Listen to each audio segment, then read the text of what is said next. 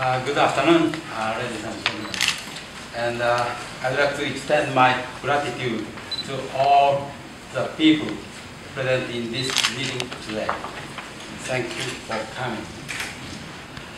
I want to first recognize the Topre Cullman management team, which has been such a critical factor in the success of the Cullman facility. Also, Mr. David Sicker, who has supported Topre Group, not only America, also Japan, more than 30 years. Please stand up.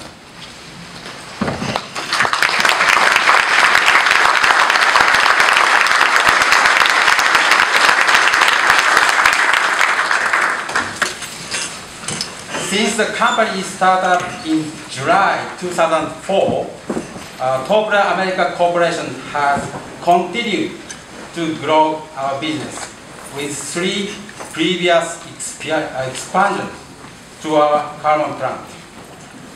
We owe this progress to the effort of our hard-working, dedicated employees and the outstanding support of both the city and county of Cullman, including the Cullman Economic Development Agency and various state of Alabama government organizations. Thank you very much. Thanks to the world-class reputation for both quality and delivery that Topre America has gained over the years in the automotive industry, we have continued to grow and gain market share with our 3 major customers, Nissan, Toyota, Honda. Here, I'd like to briefly explain the background of our decision of making this new investment to the Cullman facility plant. After the startup in 2004, we added our Phase 2 assembly plant in 2006. Although we suffered after the financial crisis of several years ago, we were able to make our operation even more responsive than ever before. We then expanded again with Phase 3, which included press plant and press equipment in 2009. After the completion of the Phase 3 building construction, we predicted that further investment expansion would not be possible. However, our customers decided to go ahead with more new vehicle model changes in 2011 through 2015, which has resulted in Topre receiving significantly more sales than originally predicted for this original time frame. Also, the speed of localization by our 3 Japanese customers is increasing, and we now have improved prospects of production growth, as they are planning to increase the number of vehicle models produced in North America. We came to understand that our existing equipment and plant space could not accommodate these additional production orders. Topre's investment this time represents a huge capital commitment for us, and we went through a comprehensive analysis process to make this investment decision. Through extensive economic and industrial trend studies, after multiple meetings with the parent company in Japan, and the study of long-term company financial opportunities, we finally made this decision to proceed. Let me explain this time investment briefly.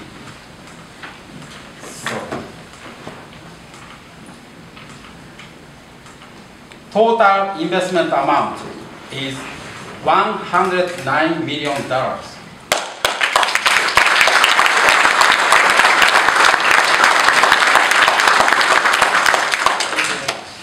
Let me briefly break down.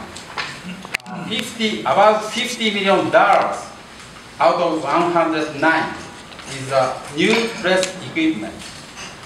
We will have 7 units. Capacity-wise, from 250 metric ton to 2,500 metric ton press machine. Also, we will have laser cutting machine. We will have a couple of units.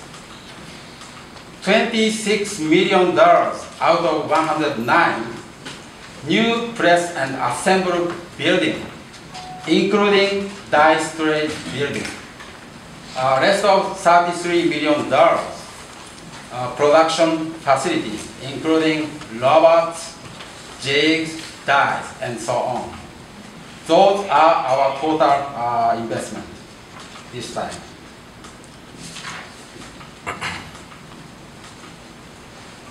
Closing my greetings and expansion announcement, I sincerely hope this investment and the associated planned manpower increase of over 250 new employees will have a positive economic impact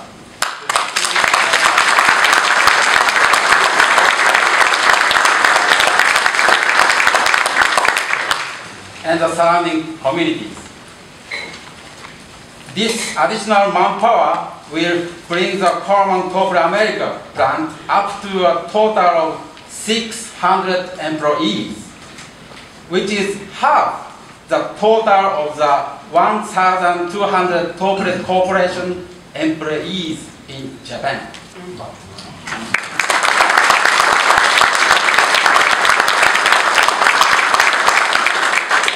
Thank you very much.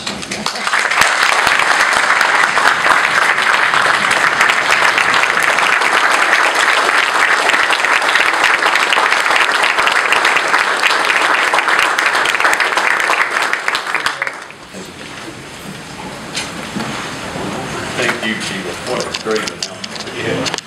All right, we're going to deviate just a second. Chiva mentioned Dave. Dave, raise your hand. Dave was the consultant that Topre had on this project evaluating all of the 30 communities nationwide. He told us each time that we survived another round of cuts.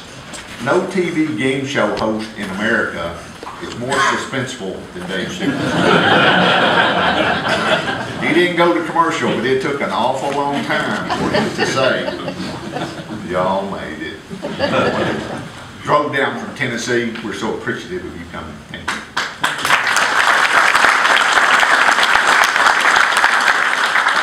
Greg Canfield is director of the Alabama Development Office. 3 weeks or so on the job now.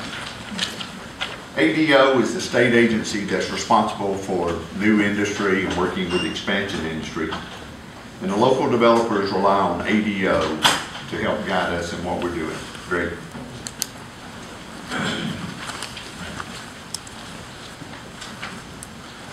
Thank you, Dale, and thank you, Peggy, also. You know, for the director of the Alabama Development Office who's been on the job for 3 weeks, what a great thing to walk in. Thank you, Governor. You know, I think at this time it's very important to make some recognitions as well, and there's no way that I can remember everyone that I met in the room today.